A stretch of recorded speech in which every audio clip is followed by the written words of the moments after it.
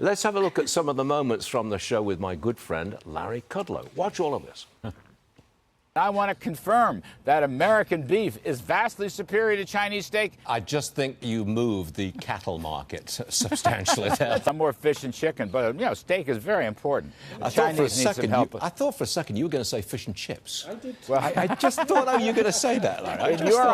In your honor, Stuart, I'll say fish and chips. I'm an American, Larry. Come on. And for this current year, 2020, can we get 3% growth overall for the entire year? Can we get it? I think we can, okay? I think Q4, by the way, is going to be better than some folks think. I think he's mellowed out a bit on that. What? The president has mellowed out?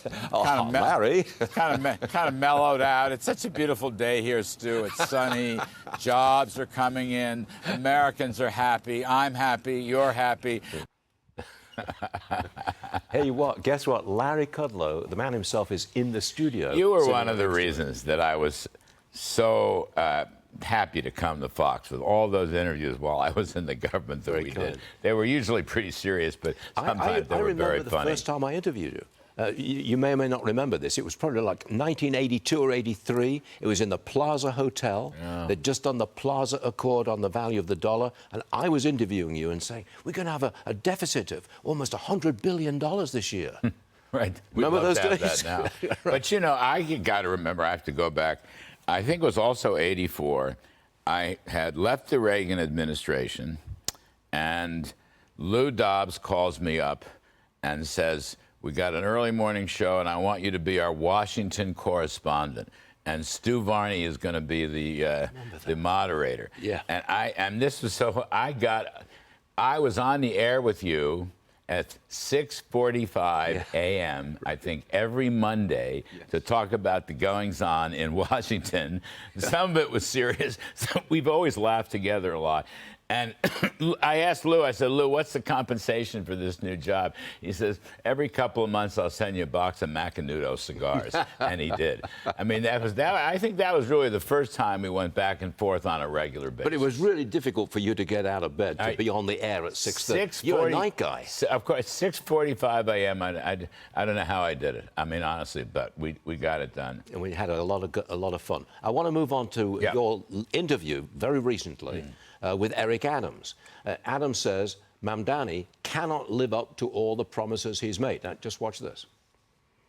We facing one who wants to defund our police, or one who believes that law enforcement is the prerequisite to our prosperity, and one that understands that a healthy financial ecosystem includes bringing in large companies to hire everyday employees. And I think what is most troubling about what the socialist candidate is stating is his calls to give everything away free.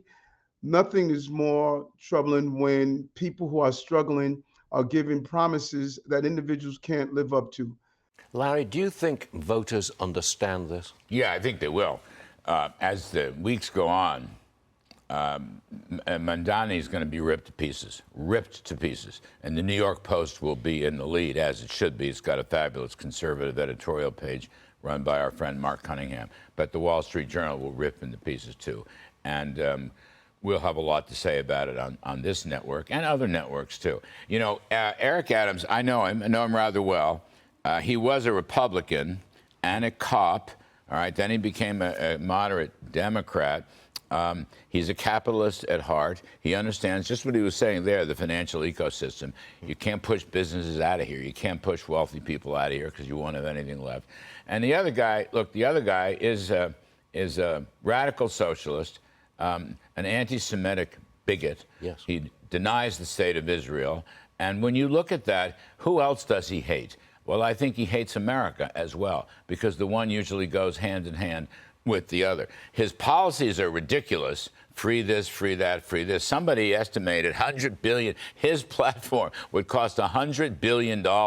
Right now, the entire budget for the city of New York is $116 billion. So he'd love to double the budget. And it reminds me, in your honor, the British English, Margaret Thatcher once said, even socialists know that they will run out of other people's money. Okay, Yes. and you'll see Eric make.